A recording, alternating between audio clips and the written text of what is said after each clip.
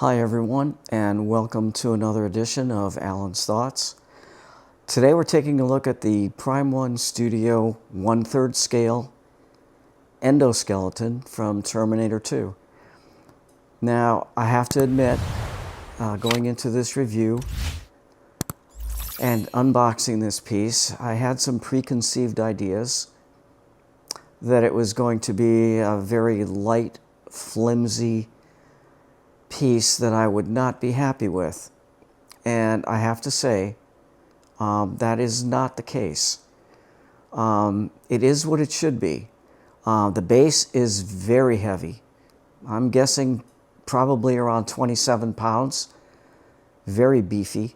It feels like I'm picking up a cinder block. So it's very heavy. The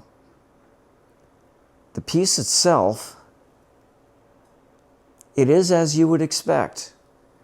It is a little on the lighter side, but then again, compared to a normal 1/3 scale statue, it is going to be lighter. It's skeletonized, so 2/3 of the mass of the piece have been removed. So it is about what I expected. It's actually better. The skulls themselves have a little bit of weight to them. The arms with the rifles have some good weight. And, we're not judging this on how much it weighs. We're judging it on what it looks like and how close did they come to prototype. So based on that criteria, I think it looks very good. Of course, the one nitpick, and we'll talk about that when it comes around, is his left arm holding the gun. They dropped the ball on that big time. But we'll get to that. Let's take a look at the base as it comes around. Now, the paint application on the base, I think, was very well done. It has that chrome metallic look with a lot of weathering. A beautiful light up feature, which we'll look at once it stops turning. Lots of detail. It's about 4 inches tall. The metal effect was very well done. It's very convincing when you look at it, that you would think that that's a metal base.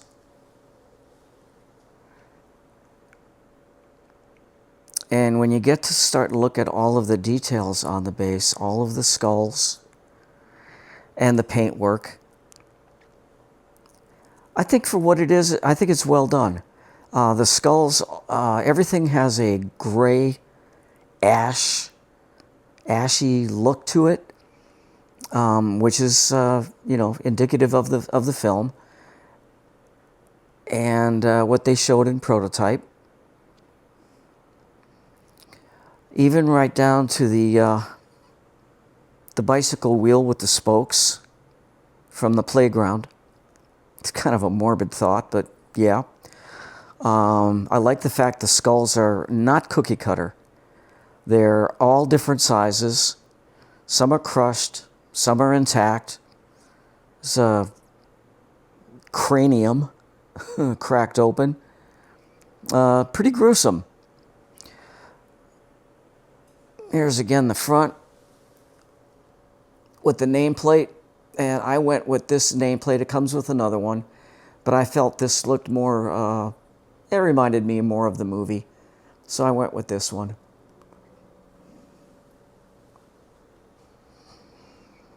And as it comes around again, you'll see more of the busted, twisted, melted metal on the base, along with all that ash, bones, skulls, etc.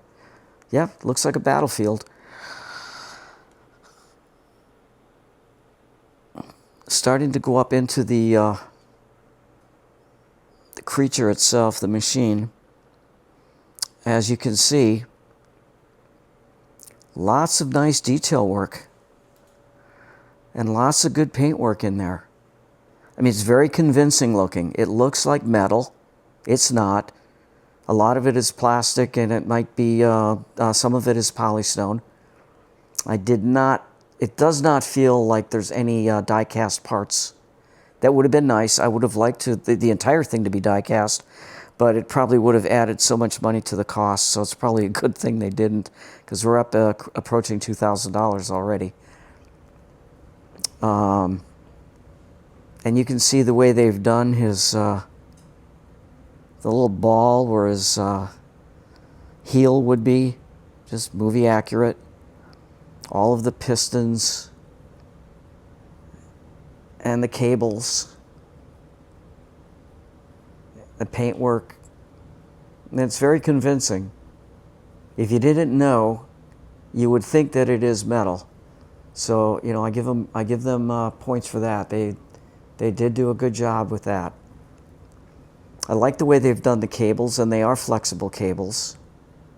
The other thing I noticed is when I went to set him in the base, he fit in like very easily and without any forcing. And I think they probably did that on purpose, insofar as they probably made the holes and the keys a little bit oversized, to where collectors would not have to be forcing these legs to get them to line up to go into the keyholes, because there would have been a lot of broken parts, as it is delicate and you do have to be careful with it. Can't manhandle it. You will end up breaking something. As you can see, some of these parts are very small and delicate. But again, the look is there. They've captured the look. It does look like a metal machine. Lots of detail. They didn't skimp. And when this comes around again, I'm going to point out something on the base that I noticed earlier that looks like a little bit of a mistake on their part. Yeah, as we go up, as you can see, now I've got him with holding both guns. This is the DX bonus. And yeah, this arm should have been lower. It's covering up a good portion of the torso. And depending on what height, I don't care what height you put him at, it's going to cover part of the torso. I wish they would have not changed it from the prototype. I mean, you know, no matter how you move it, depending on how you walk around it, but I mean, you shouldn't have to walk around the piece. I think that was definitely a flaw on their part, but I'm sure they had a reason for doing it, but I wish they would not have done that. Now I want to point out something on the base. There is, on the top of this skull, a key.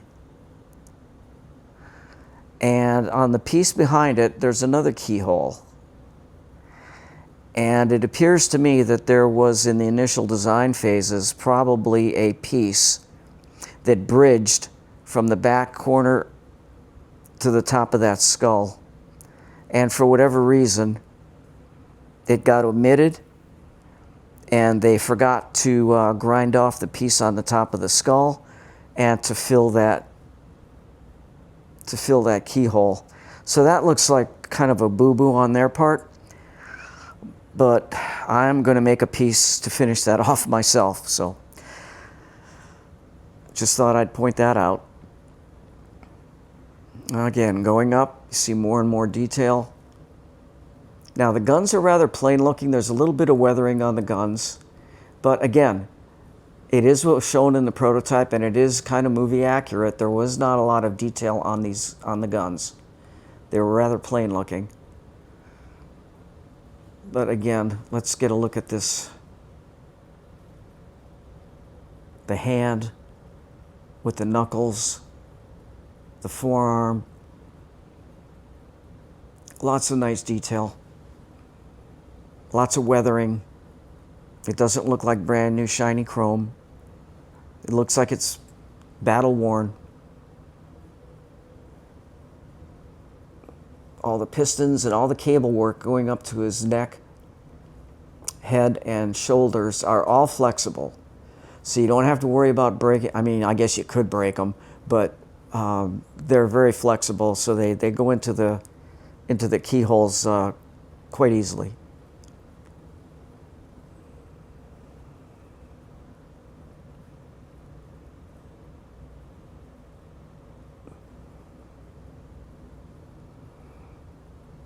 But they did a very good job convincing me that it's metal.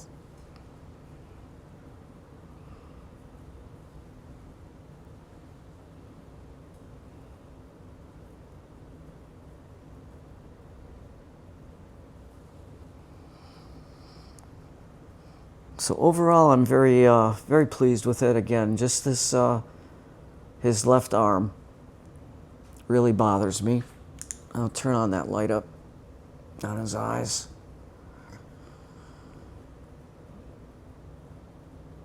Now, the eye light up is very red, and it's very bright. Now, it may not appear that way on camera, but it is.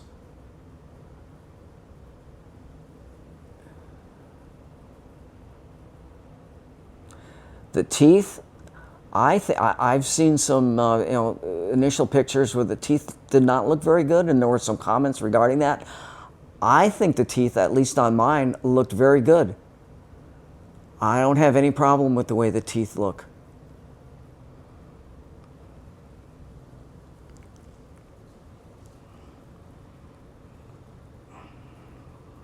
But again, the way that gun is positioned and that arm is positioned, it really is annoying that it blocks a lot of the statue, a lot of his torso. Let's get in and take a look. Nice close up.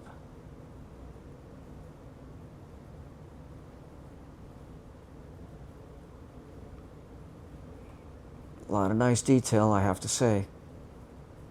Very convincing for a third scale piece.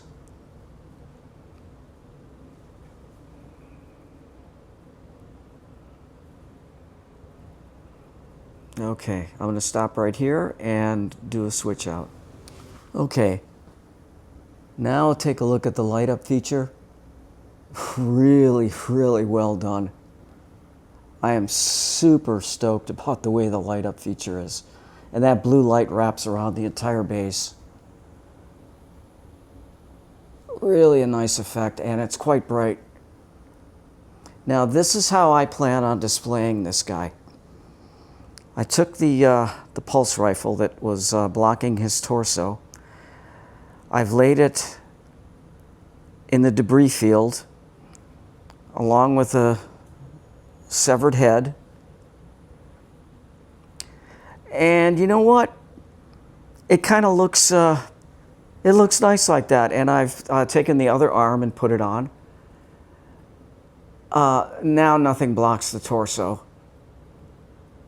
I like this pose much better, and I'm glad that there's a switch out option available for this.